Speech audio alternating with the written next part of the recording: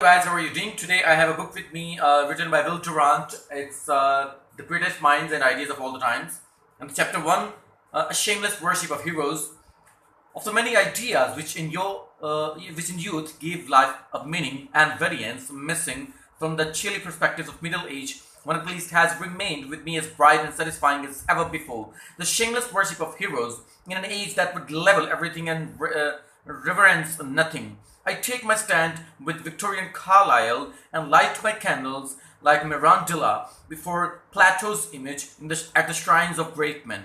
I say shameless, for I know how unfashionable it is now to acknowledge in life or history any genius loftier than ourselves. Our democratic dogma has leveled not only all voters but all leaders. Would like to show that living geniuses are only mediocrities and that dead ones are myths. If we may believe historian H.G. Wells, Caesar was a numbskull and Napoleon a fool, since it is contrary to good manners to exalt ourselves, we achieve the same result by slyly indicating how inferior are the great men of the earth. In some of us, perhaps, it is a noble and merciless asceticism which would root out of hearts the last vestige of worship and adoration, lest the old gods should return and terrify us again. For my part, I clung to this final religion and discovered in it a content and stimulus more lasting than came from the devotional accessories of youth. How natural it seemed to greet the great Indian poet Rabindranath Tagore by the title which so long had been given him by his countrymen, Gurudeva, revered master.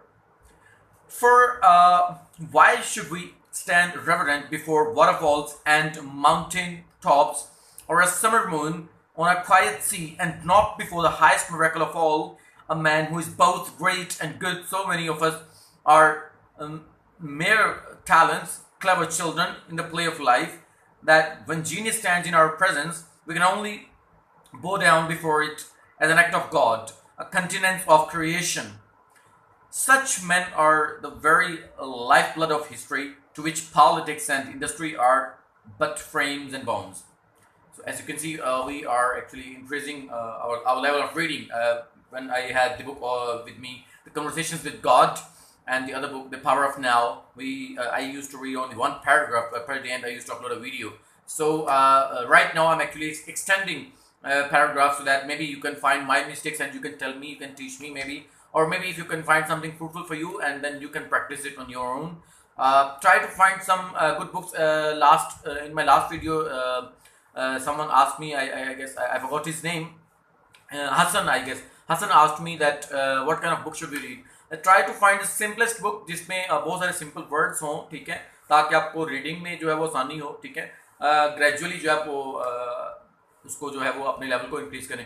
तो सबसे पहले आप ऐसा करें कि आपके पास book होगी, अगर आप मार्केट में भी लें तो आपको बुक मिल जाएगी, the power of now.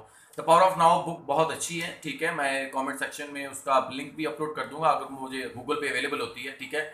Otherwise मैं आपको बायर का रेफरेंस जो है ना वो शो कर दूंगा ताकि आप वो बुक ले सकें और डेली बेसिस पे रीडिंग प्रैक्टिस करने के लिए 1 और 2 पैराग्राफ्स आप जो है वो रीड कर सकते हैं। Thank you so much. अगर आपको वीडियो अच्छी लगी तो इसको प्लीज़ शेयर कीजिएगा, लाइक कीजिएगा और कमेंट कीजिएगा। अल्लाह हाफिज़।